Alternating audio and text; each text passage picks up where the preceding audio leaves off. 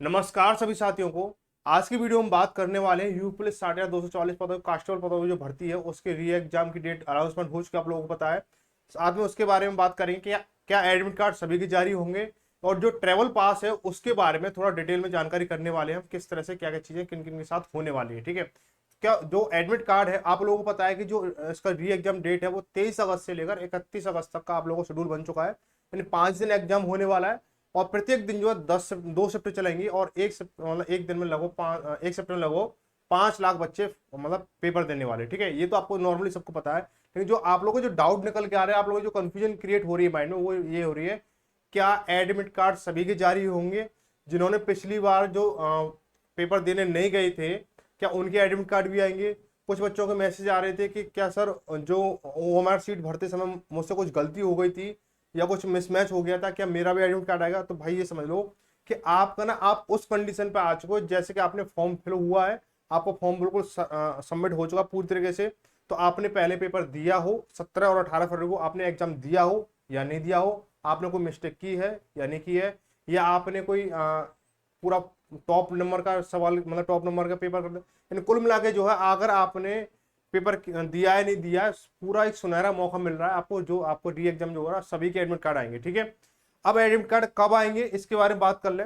ठीक है, तो एडमिट कार्ड जो है देखो आपके 23 अगस्त से जो है आपके चालू हो रहे। ठीक है, तो लगभग 23 अगस्त से 31 अगस्त तक आपके एग्जाम चलेंगे। ठीक है, 31 अगस्त तक चलेंगे। इसमें आपको आपने पहले देखा होगा जब 17 और 18 फरवरी जब एडमिट कार्ड पेपर था, उस समय एडमिट कार्ड आए थे, तो लगभग आपको एक हफ्ते पहले 7 से 8 दिन पहले लगभग 16 या 17 अगस्त को आपको, हो सकता है एक दो दिन ऊपर नीचे भी हो जाए, तो आपको एडमिट कार्ड का स्टेटस दिख जाएगा, आपका एग्जाम सेंटर का स्टेटस, कि आपका जो एग्जाम सेंटर है वो किस सिटी में है। ठीक है, ताकि अब आप अपनी आने जाने की व्यवस्था शेड्यूल बना लें कि हमारा जो है जैसे मेरा लखनऊ में पेपर है, या मेरा कानपुर में पेपर है, या मेरा सहारनपुर में पेपर है, जैसे भी जहां भी हो, तो वहां पे मेरी जाने की व्यवस्था मेरी पूरी बनी रहे। ठीक है, तो अब इससे 16 17 तारीख में आपका ये पता चल जाएगा कि आपका एग्जाम किस तारीख में होने वाला है। ठीक है, और उसके साथ में आपका 2 दिन पहले, जैसे आपका 23 तारीख को पहली शिफ्ट में आपका एग्जाम पढ़ने वाला है, 23 शिफ्ट में आपका पहले ही दिन पहली शिफ्ट में आपका एग्जाम हो गया, तो लगभग 16 17 तारीख को आपको तो ये पता चल जाएगा मेरा किस डेट में एग्जाम है और किस सिटी में एग्जाम है। डेट एंड सिटी आपको कंफर्म हो जाएगी 16 17 तारीख में।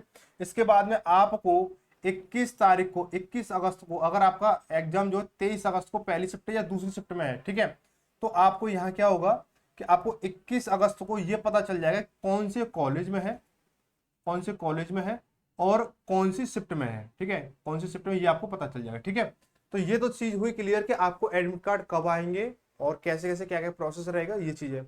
अब बात आती है ट्रेवलिंग की, तो ट्रेवलिंग पास के लिए आपको देखो ये नोटिस दे रखा आप लोगों को, कि पूरा नोटिस जो आपको दिखाने की तो जरूरत है नहीं, सभी के पास ये वायरल हो चुका, बहुत बहुत पूरे दिन वायरल हुआ है। ठीक है, तो अब देखो इसके लिए क्या है, ट्रेवलिंग पास के लिए आपको एडमिट कार्ड, जैसे आपका एडमिट कार्ड आएगा ना, एडमिट कार्ड जो आएगा एडमिट कार्ड, उसकी आपको एक तो आपको देखो एडमिट कार्ड चाहिए आपके एग्जाम सेंटर के लिए। ठीक है, एग्जाम सेंटर के लिए चाहिए एक एडमिट कार्ड की जो कॉपी है वो तो आपको एग्जाम सेंटर के लिए चाहिए ना।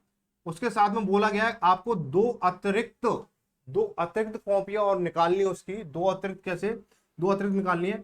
एक तो रहेगी आप जैसे जाने के लिए रहेगी। तो पहले क्या था, जब कभी कभी ऐसा शेड्यूल बनता था कि आपको ट्रेवल मतलब फ्री करना है, सरकार को यातायात की सुविधा फ्री देनी है, तो क्या होता था आप अपना एडमिट कार्ड दिखाओ बस वाले को और अपना चले जाओ। लेकिन यहाँ ऐसा नहीं होगा, यहाँ पे क्या होगा, एक कॉपी जो होगी, एक कॉपी आपकी जब जाते समय आप अपनी सिटी से निकल के एग्जाम सेंटर पहुंचोगे, तो आपको जमा यहाँ से उसको बस कंडक्टर को आपको जमा करानी होगी। ठीक है, अब उसमें बोला परिवहन निगम को जमा करानी है, तो भाई परिवहन निगम का आप जमा कराओगे भाई, सीधा सीधा ये है कि आप अपने बस स्टैंड मतलब बस कंडक्टर को आप दे दोगे कि भाई जैसे मान के चलो मैं मथुरा से हूँ। ठीक है, अब मेरा एग्जाम जो मान के चलो आ गया कानपुर आ गया। ठीक है, तो मैं अब यहाँ से देखूंगा मेरे मथुरा से जाने के लिए, थोड़ा ध्यान समझना चीज को, बाद में मिस्टेक ना हो जाए, पता चले बाद में लटक जाओ कहीं पे।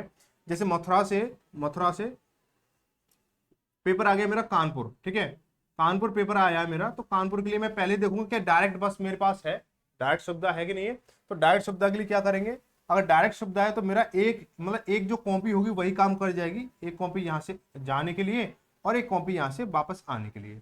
अगर लग रहा है कि मेरा जो सिटी से मेरा जो एग्जाम सेंटर है वहां पर जाने के लिए डायरेक्ट बस की सुविधा उपलब्ध नहीं है, मुझे बस चेंज करनी होगी, बस चेंज करनी होगी। जैसे मुझे लग रहा है कि मेरे यहाँ से मथुरा से कानपुर जाने के लिए डायरेक्ट बस नहीं है, मुझे यहाँ से क्या आगरा के लिए चेंज करना होगा, ठीक है। आगरा चेंज करना होगा तो क्या होगा, मुझे ना एक साइड से ही 2 कॉपी चाहिएगी, ठीक है। एक साइड से 2 कॉपी चाहिए, एक तो आगरा के लिए आगरा बस नगर आगरा बस निगम के लिए देना होगा, फिर यहाँ से आगरा से कानपुर जाएंगे तो यहाँ एक देना होगा। तो एक साइड से 2 देनी होंगी, और यहाँ से क्या होगा वापसी में भी क्या होगा, ऐसे ही रूट बनेगा तो आपको 2 देनी होंगी। तो आप इस तरह से निश्चित कर लें, जैसे आपका एडमिट कार्ड जारी होता है तो आपके जो बस वगैरह जितनी भी जैसे शेड्यूल समझ गए होंगे, अगर 3 स्टॉपेज बनते हैं तो आपको 3 कॉपी चाहिएंगी, अगर आपके 2 बनते हैं 2 चाहिएंगी, तो ये सीन रहेगा, ठीक है।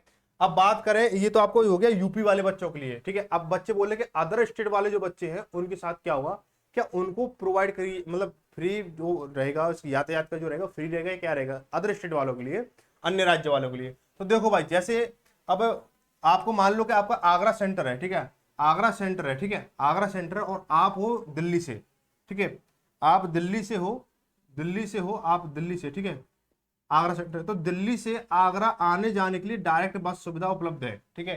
देखो ये जो पास होगा यूपी रोडवेज यानी उत्तर प्रदेश जो परिवहन निगम की जो बस है उन्हीं में ही मान्य होगा, अन्य किसी बसों में मान्य नहीं होगा, चाहे आपका हरियाणा रोडवेज हो, चाहे आपका राजस्थान रोडवेज हो, चाहे आपका कोई बिहार रोडवेज, जैसे भी अन्य जो भी राज्य हैं उनके उनमें मान्य नहीं होगा। आप बोलो मैं हमने तो फॉर्म भरा है, ऐसा नहीं होना, ध्यान से समझ लेना, कहीं पता चला आप अपने खर्चे, देखो स्टूडेंट लाइफ ऐसी होती है, बहुत स्ट्रगल वाली लाइफ होती है, आप अपने घर से खर्चा पानी लेके चलो, आप अपने घर पे बता दो, तो तैयारी के लिए आप बहुत सारी मुश्किलें होती हैं कि पैसा एक एक पैसा जुटाना पड़ता है, कॉपी के लिए, पेन के लिए, किताबों के लिए, ऑनलाइन कोर्स के लिए, कोचिंग के लिए, ऑफलाइन के लिए, बहुत सारी चीज़ें होती हैं।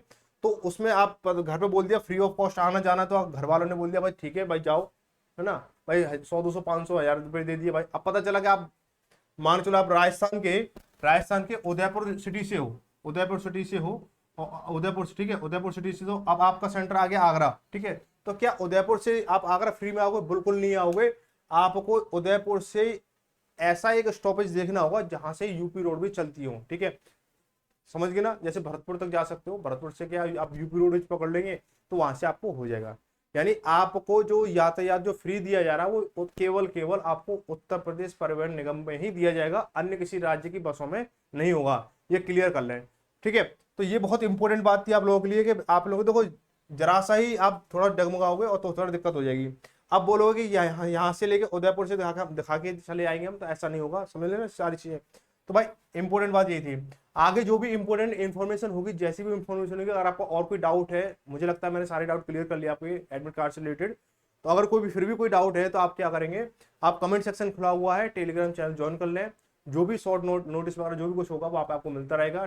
कमेंट में आपका जो भी डाउट हो वो आप डाल सकते हो, क्या चीज़ आपके डाउट में रह रही है, क्या चीज़ मतलब आपको परेशान कर रही है, भर्ती से जुड़ी हुई, तो सारा कुछ आपको क्लियर करता रहूँगा मेरे साथ साथ। तो मिलेंगे अगली वीडियो में इसी तरह खास इन्फॉर्मेशन के साथ में, तब तक धन्यवाद, जय भारत, जय हिंद।